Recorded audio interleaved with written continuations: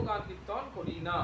তাহলে এই যে কর্মটা আমরা করলাম সেটা অবশ্যই আমাকে শুভ ফল দেবে, আমাকে পূর্ণ ফল দেবে, কিন্তু এই শুভ ফল বা পূর্ণ ফলে আমাদের গতিটা হবে স্বর্গলোক পর্যন্ত।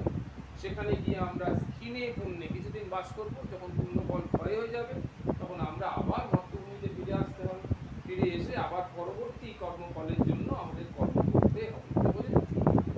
কিন্তু যদি আমরা ভগবানের নাম গুণগান কীর্তন করি, কারোর যদি কোনো প্রশ্ন থাকে মনের মধ্যে, যা প্রশ্ন উঠছে সে প্রশ্নগুলো একটু বলবে, হ্যাঁ, তাহলে দেখা গেল যে যা কর্মই করি না কেন যদি সেটা তার সঙ্গে যদি আমাদের একটু নাম গুণগান কীর্তন ভজন যুক্ত থাকে, তাহলে কি হবে, সেটা হলো কেবলমাত্র মোক্ষপ্রদায়ী কর্ম।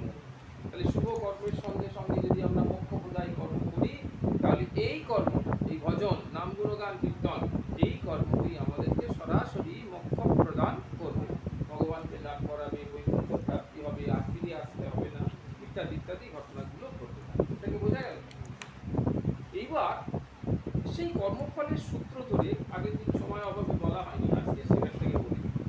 সেটা যে এই যে কর্মফলটা যে ফলে আমাদের জীবনে, কর্মফল ফলে তো, হ্যাঁ, কর্মফল আমাদের জীবনে ফলে। এই যে কর্মফল ফলবার জন্যই কিন্তু এই দেহটা, না হলে দেহটা হতো না। এই দেহটা কি দিয়ে তৈরি? হ্যাঁ, এই দেহটা তৈরি হচ্ছে প্রারব্ধ, মানে কর্মফল। বোঝা গেল? পূর্ব জন্মের যে কর্মফল, সেই কর্মফল পূর্ব জন্মের যত কর্মফল আছে, সেই কর্মফলগুলোকে একটা ঘরের মধ্যে বোঝাই করা হয়েছে। সেই ঘরটাকে কি বলা হয়? তার নাম কি? সঞ্চিত কর্মফল। যেমন ফাইলের ঘর থাকে না অফিসে, সেই ঘরটায় ঢুকে তুমি যদি ফাইল খুলতে যাও, সে আজকের থেকে 50 বছর আগে, 100 বছর আগে সেইখানকার ফাইল তুমি খুঁজে পাবে, কষ্ট হবে কিন্তু ফাইল খুঁজে পাবে যদি অর্ডারে রাখা থাকে। সেরকম আমার পূর্ব জন্মে এই যে পূর্ব করে যাচ্ছি, কতদিন গণনা হবে? যতগুলো মানুষ জন্ম পেয়েছি তার গণনার পর। আমাদের জানার দরকার নেই, কিন্তু আমরা বলছি কতদিনের কর্মফল ওখানে রাখা আছে। যতদিন মানুষ জন্ম পেয়েছি, কুকুরের জন্ম সেখানে কর্মফল রাখা নেই, শুধু মানুষেরই কর্মফল হয়, এটা বোঝা গেল? কুকুরের কোনো কর্মফল হয় না, গরু ছাগল ভেড়া এদের কোনো কর্মফল হয় না। ওরা তো কর্মফলে ওটা হয়েছে, হ্যাঁ, কিন্তু কর্ম এদের হওয়ার পর আর কোনো কর্মফল হয় না। তাহলে যতদিন আমি কুকুর ছিলাম সেই পর্যন্ত কোনো কর্মফলের রেজিস্টার ওখানে রাখা নেই। আমাকে যদি বলা হয় যে ওই ওই সালটার কর্মফলটি ঠাকুর দেখো তো, ওই সালের কর্মফল ধরে নাও তুমি কুকুর জন্মেছি, তখন তোমার রেজিস্টার নেই। যেই আমি কুকুর থেকে মানুষে এলাম, গরু থেকে মানুষে এলাম, সঙ্গে সঙ্গে আমার রেজিস্টার শুরু করবো, ওই ইয়ার থেকে আমার রেজিস্টার বলছে না যে কুকুর বা মানুষ যে কোনো পশুজনী থেকে মানুষের জন্য আসাটা খুব কষ্টকর হচ্ছে না, হয় না আসাটা। ঘটনা হচ্ছে তাহলে তো পশুজনী থেকে কোনো উদ্ধার নেই, পশুজনী থেকে তো কোনো উদ্ধার নেই, পশুজনী থেকে মানুষ জনিতে আসতেই হবে। তার জন্য গাভীজনী হচ্ছে সর্বোত্তম। হ্যাঁ, গাভীজনীতে এসে তার থেকে মানুষ হয়। যেমন পক্ষীজনী, সেখান থেকে একটা কমপ্লিট হলে তবে হবে। যেমন বৃক্ষজনী, তুলসী বৃক্ষ হলে তবে হবে। তাহলে এই যে আমাকে তো জনি অন্তর করতে হবে, তবে নাহলে মানুষ জন্মটা হবে কি করে? মানুষ জন্ম না হলে আমার কর্মফল তো বুঝবে না, তাই না? তাহলে আমার সঞ্চিত কর্মফল ওই ঘরটার মধ্যে রাখা আছে, এটা বোঝা গেল? পূর্ব জন্মে যতগুলো মানুষ জন্ম হয়েছে ততগুলো জন্মের কর্মফল, সেইখান থেকে কিছু কর্মফল বের করে নিয়ে এসে আমার এই মানব শরীরটা নির্মাণ হলো। যে কর্মফলগুলো ওখান থেকে বের করে নিয়ে আসা হলো তার নাম হলো প্রারব্ধ। সেই প্রারব্ধ কর্মফলে এই শরীর, প্রারব্ধ কর্মফলের দ্বারা নির্মাণ হয়েছে শরীরটা, বুঝতে পেরেছো? তার ফলে প্রারব্ধ কর্মফল অনুযায়ী কখন কি ঘটবে, কখন কি হবে, সেগুলো সব পূর্ব নির্ধারিত হয়ে আছে। ফলে এখানে বলতে কারোর কোনো অসুবিধা নেই। শরীরটা কিন্তু নির্মাণ হলো 5টা উপাদান দিয়ে। প্রারব্ধ কর্মফল থেকে শরীরটা পাওয়া গেল, কিন্তু নির্মাণ হলো 5টা উপাদান দিয়ে। তৃতীয় পঞ্চতত্ত্ব দিয়ে তৈরি হলো, পঞ্চভূত যাকে বলা হয়। ক্ষিতি মানে মাটি, তেজ মানে আগুন, অপ মানে জল, অপ তেজ, মরুত মানে বায়ু, বোম মানে আকাশ। আকাশ মানে হচ্ছে শূন্যস্থান। আমাদের শরীরের মধ্যে ভিতরে অনেক শূন্যস্থান আছে, সব জায়গায় যে অর্গানসগুলো আছে তা নয়, অনেক ফাঁকা স্থান আছে, সেই স্থানগুলো হচ্ছে আকাশ বিনাশের চিহ্ন বহন করে। এটা কি বোঝা গেল? আচ্ছা, যেমন মৃত্যুর পর, এই যে মারা যাওয়ার পর কলসি ভাঙার একটা রেওয়াজ আছে, দেখেছো? শ্মশানে গিয়ে কলসি ভাঙে। শুনেছি, মানে হ্যাঁ, দেখিনি। এই যে কলসিটা ভাঙে বা কলসির তত্ত্ব, মানে মৃত্যুর সঙ্গে কলসি তত্ত্বের কি সম্পর্ক? হ্যাঁ? কলসিটা ভেঙে জল দেওয়া না, কলসিটাতে জল দিয়ে এবারে ফুটো করে ওটা দেখে দিয়ে চলে আসতে হয়, ভেঙে দিয়ে চলে আসতে হয়, আর পিছনের দিকে তাকায় না। তা হঠাৎ এই কলসি তত্ত্বটা ওর মধ্যে ঢুকলো কেন? ওই যে আত্মাটা যে বেরিয়ে যায়। না, আত্মা তো অনেক আগেই বেরিয়ে গেছে। আত্মা তো আর এখানে, আত্মা বেরিয়ে গেছে বলেই তো আমি মরে গেছি। আত্মা তো আর অপেক্ষা করছে না কারোর জন্য। আত্মার সঙ্গে কোনো সম্পর্ক নেই, কারণ আত্মার সাথে পার্থিব জগতের কোনো সম্পর্ক নেই। পার্থিব জগতের সম্পর্ক হচ্ছে এই পঞ্চভৌতিক উপাদানের সঙ্গে।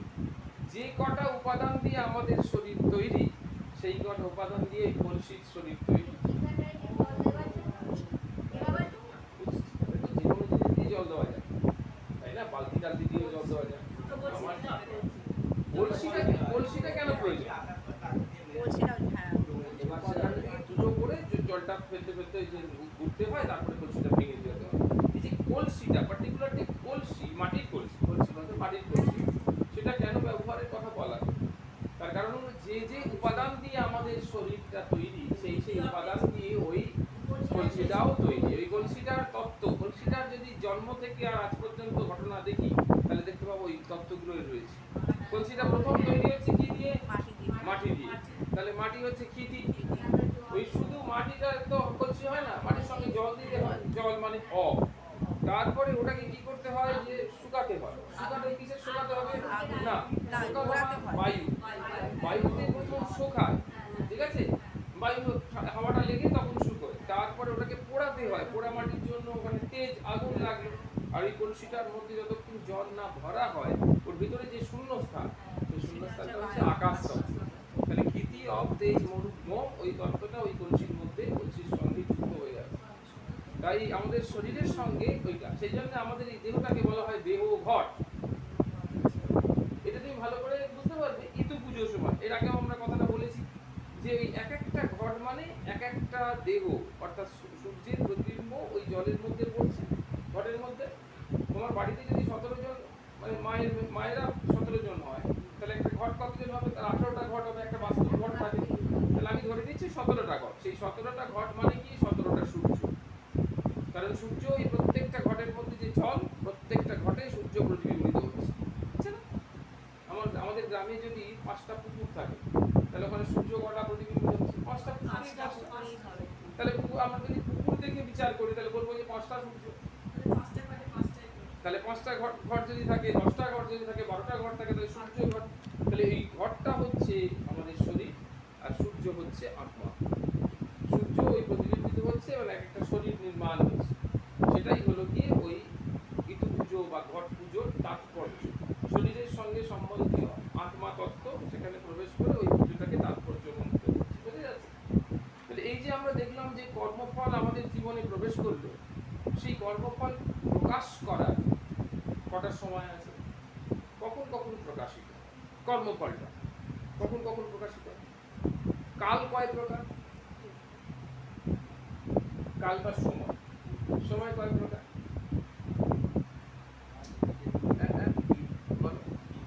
তিনটে। কি বলো? কাল হচ্ছে 3 প্রকার। ক্রিয়ার কাল আমরা জানি, আগে দিন আমরা জিজ্ঞেস করছিলাম যে ক্রিয়ার কাল ইংরেজিতে কি বলে? ক্রিয়ার কাল ইংরেজিতে বলে টেন্স। তাহলে সেই ক্রিয়ার কাল মানে ক্রিয়া মানে হচ্ছে ঘটনা, যেটা ঘটছে, যেটাতে আমরা করছি, তার কখন কখন সময়? 3টেই সময়।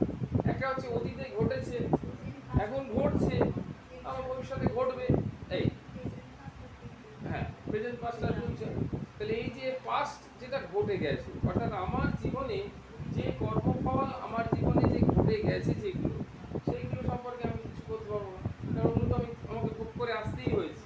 তাহলে অতীতে যে কর্মফল আমি ভোগ করেছি, তার জন্য আমি কিছু করতে পারবো না। কিছু করতে পারবো কি?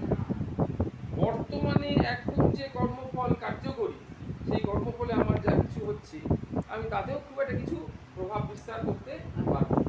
তাহলে এখন আমাদের হাতে কোনটা রয়েছে? যেটা আসছে, অর্থাৎ যেটা আমাদের ভবিষ্যতে যে কর্মফল আমাদেরকে ভোগ করতে হবে, সেইটা সেইটা কতটা সংশোধিত করা যায় সেইটা আজকের দিনে নির্ধারিত করতে হবে। আমার জন্য যে কর্মফল রাখা আছে সেটা আমাকে ভোগ করতে হবে, কিন্তু আজকের দিনে সেই কর্মফলটাকে কতটা মিনিমাইজ করা যায় সেটাই হলো আজকের বর্তমান দিনে ক্রিয়মান কর্মের দ্বারা সেটাকে করতে হবে। তাহলে বর্তমান কর্মটাই হচ্ছে সব থেকে গুরুত্বপূর্ণ কর্ম, তাই বলা হলো এর নাম হলো ক্রিয়মান কর্ম, অর্থাৎ যে কর্মটা আমি করে চলেছি, কন্টিনিউয়াস টেন্স, করে চলেছি, এখন কথা বলছি এখনো করে চলেছি, এই যে করছি সেই কর্মটাই একমাত্র পারে। আমার অতীত কর্ম আমার আর কিছু করার নেই, যা যা ভোগ করার, আনন্দ বলো, সুখ বলো, ফুর্তি বলো, দুঃখ বলো, অবসাদ বলো, বিষাদ বলো, কষ্ট বলো, যা যা বলো, সেগুলো যা যা আমার শরীরের উপর দিয়ে ভোগ হয়ে গেছে, আমি কি কিছু করতে পারবো? যদি সেইটা ভেবে ভেবে আমি দিন রাত্রি না ঘুমিয়ে চুপচাপ বসে থাকি, কিছু করতে পারবো? সেগুলো তো হয়ে গেছে। এখনো যে বর্তমান আমি আজকে সকাল থেকে এখনো পর্যন্ত যেটা ভোগ করেছি সেটা তো আমার অতীত হয়ে গেছে, তাই না? এটা 10 মিনিট আগে যেটা ভোগ করলাম সেটা কি আমার অতীত? তো তাহলে অতীত, তাহলে অতীতের জন্য আমি কিছু করতে পারছি না। বর্তমানে আমি এমন কর্ম করব যেটা আমার ভবিষ্যৎ, যে কর্মফলটা আমার জীবনে ঘটতে চলেছে are going to be held, সেই কর্মফলটা যাতে মিনিমাইজ হয়, সেই কর্মফলের যে নেগেটিভিটি সেটা যতটা মিনিমাইজ করা যায় তার জন্যে কর্মফলটাকে পজিটিভ করতে হবে। এটা কি বোঝা গেল কিছু? হ্যাঁ, আমাদের অ্যালজেব্রাতে বীজগণিতে রয়েছে, ধরো এইগুলো বুঝতে পারবে কিরকম ভাবে বললে বুঝতে পারবে। ধরো -8 আমার জীবনে আসতে যাচ্ছে, -8, ঠিক আছে? আর আমি এখন কাজকর্ম খুব ভালো করে করে আমি পজিটিভ ফল তৈরি করলাম 15, +15, তাহলে +15 আমি তৈরি করলাম, আর -8 আমার হবেই, ঘটবেই, তাহলে এইটা আর ওইটা অ্যাড হয়ে তো ঘটবে, তাহলে +15 আর -8 যদি হয় তাহলে এটা করলে এই অ্যাডিং রেজাল্টটা হয়, সেটাকে বলা হয় কত? 7। কারণ +15 -8 মানে 15 থেকে 8 বাদ দিয়ে 7, তাহলে এখন আমার কাছে কি হয়ে গেল? 7 পজিটিভিটি, মাইনাস নেই, পজিটিভ। তাহলে পজিটিভ যদি থাকে তাহলে সাংঘাতিক যে বিপদটা সাংঘাতিক আসছিল সেটা দেখা গেল যে মিনিমাইজ হয়ে গেল, পুরোটা মিনিমাইজ হয়ে গেল। হ্যাঁ, এরকম। তাহলে ক্রিয়মান কর্মটাকে কত পরিমাণে শুদ্ধ করা যায়, কত পরিমাণে আমাদের কায় মন বাক্য চিন্তা বুদ্ধি কর্ম বিবেক বিচার শ্রদ্ধা ভক্তি প্রেম এই সমস্ত দিয়ে ক্রিয়মান কর্মটাকে করতে হবে, সেই জন্য কি বলা হলো যে হেয় দুঃখ অনাগতম। অনাগতম, অনাগতম শব্দটার অর্থ কি? অনাগতম মানে যেটা এখনো আসেনি, যে কর্মফলটা আমার জীবনে এখনো আসেনি। হ্যাঁ হ্যাঁ, অন মানে না, আগতম মানে আসছে, তাহলে অনাগতম মানে যেটা এখনো আসেনি, সেই অনাগতম ফল সেটাকে যত আমরা কম করতে পারবো, তাহলে হেয় দুঃখ অনাগতম এমন ক্রিয়মান কর্ম করব যাতে আমার জন্য যে কর্মফল এই প্রারব্ধ অনুসারে রাখা আছে, আমার জন্য রাখা আছে, সেটাকে মিনিমাইজ করা, এত মিনিমাইজ ন্যূনতম করে দেওয়া। তার জন্য বর্তমান কর্মফলটাকে অত্যন্ত গুরুত্বপূর্ণ করতে হবে। বর্তমানে যদি আমি মনে করি যে আমি খুব একদম সাংঘাতিক দাপটে চালিয়ে যাব, তাহলে ভবিষ্যৎটা মারাত্মক দাপটের সঙ্গে অন্ধকার নেমে আসবে। যেমন দাপটে আলো তেমনি দাপটে অন্ধকার নেমে আসবে। এটা কিন্তু আমাদের এই জন্য আমাদেরকে এখনো পর্যন্ত এখন আমাদের রক্তের তেজ আছে, আমরা খুব দাপট চালাচ্ছি, কিন্তু সেটি ওই দাপটের সঙ্গে অন্ধকার নেমে আসবে। এইটির জন্য আমাদের ক্রিয়মান কর্মটিকে অত্যন্ত মানে অত্যধিক যাতে শুদ্ধ করা যায়, তাই বললে হলো অতি বিশুদ্ধ সাত্ত্বিক বলে একটা কথা ব্যবহার করা শাস্ত্রে এই শব্দটি রয়েছে, কি বলা হলো? অতি বিশুদ্ধ সাত্ত্বিক। সত্য, সত্য শব্দটার অর্থ কি? সত্য মানে হলো অন্তঃকরণ।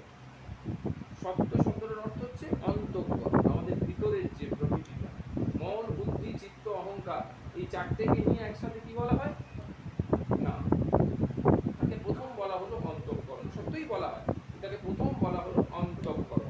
অন্তঃকরণ চতুষ্টয়, চারটে জিনিস, সেটাকেই শুদ্ধভাবে বলা হলো কি সত্য।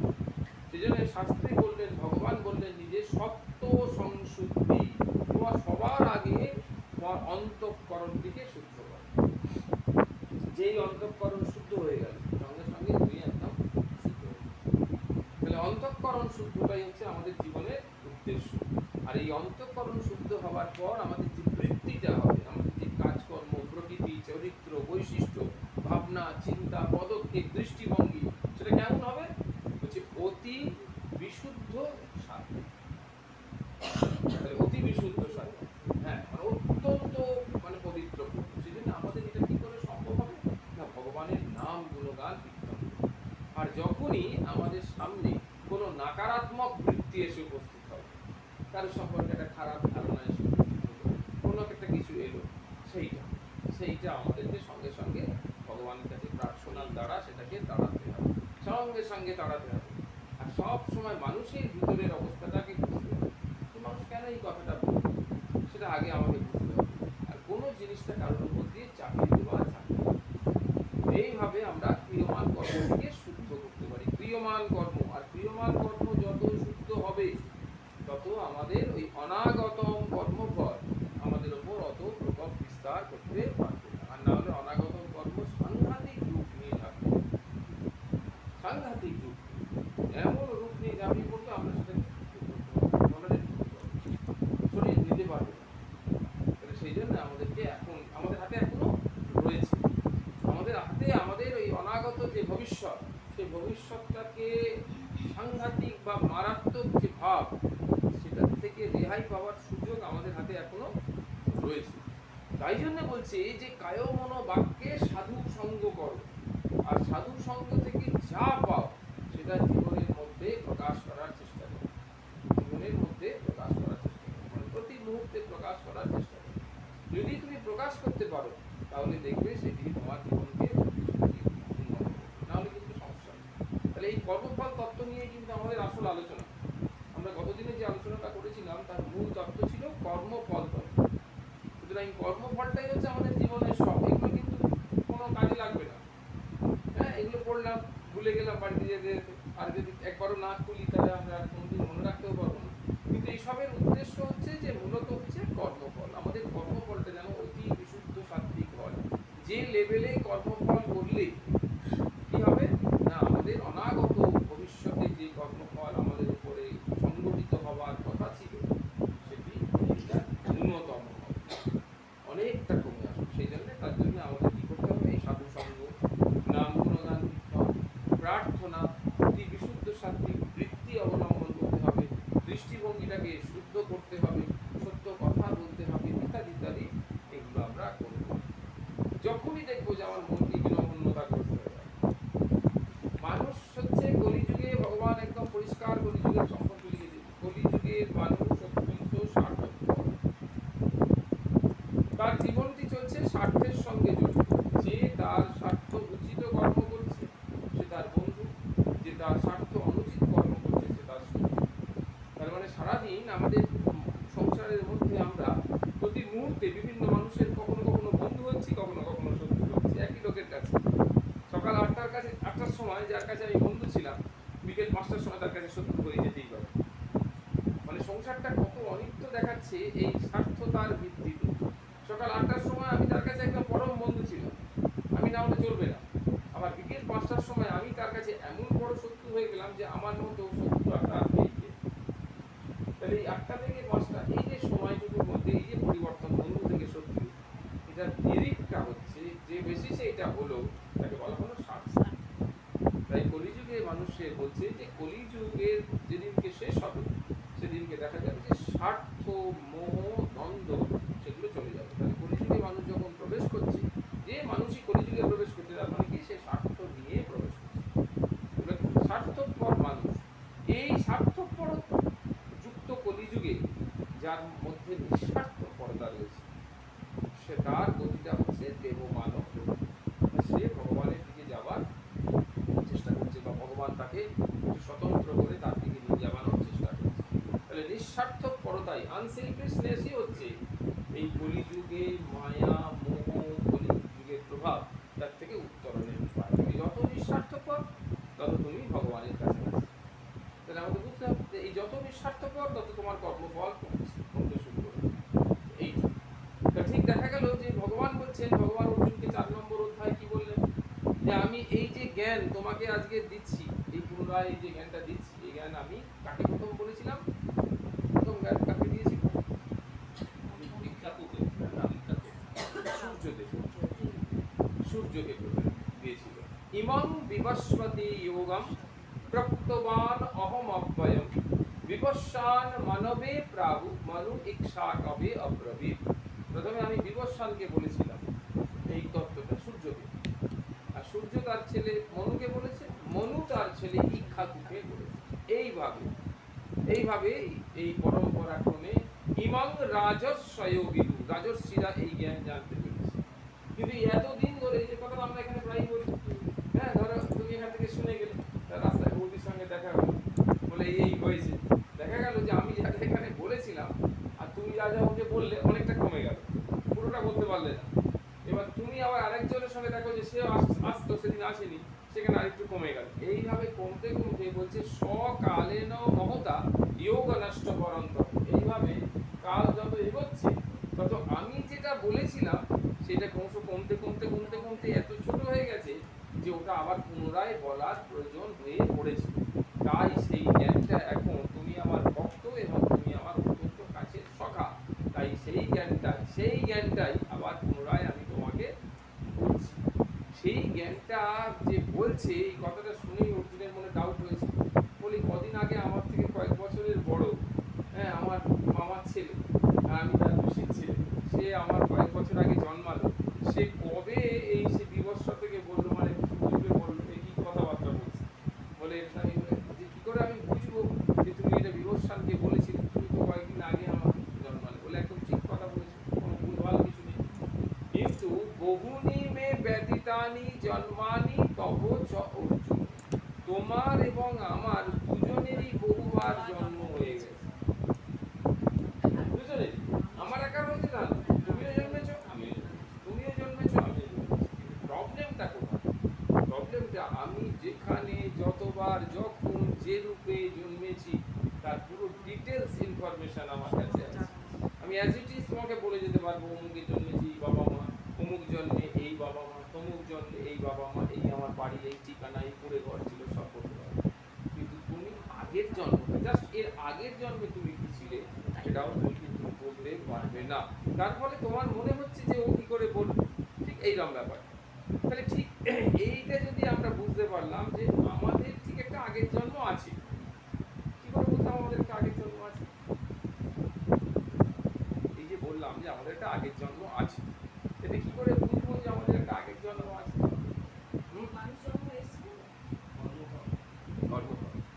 আগের জন্ম আছে বলেই আগের জন্মের কর্ম ছিল, কর্ম ছিল মানে কর্মফল ছিল, কর্মফল ছিল মানে সেই কর্মফল দিয়েই তো শরীর। তাহলে আমি যখন একটা শরীর পেয়েছি তার মানে একটা কর্মফল ছিল, কর্মফল ছিল মানে কর্ম ছিল, কর্ম ছিল মানে সেটা নিশ্চয়ই পশু করেনি, মানুষ করেছে। তাহলে পশু কর্মে তো কোনো কর্মফল উৎপন্ন হয় না, তাহলে নিশ্চয়ই মানুষ ছিল। আর মানুষ ছিল মানে জন্ম ছিল, মৃত্যু ছিল, তার অনেক কত জন্ম ছিল। এটা প্রমাণ হলো, back calculation and establish the theory, logically establish. তাহলে আমি দেখছি যে আমি একটা শরীর পেয়েছি, কিরকম শরীর? মানুষের শরীর।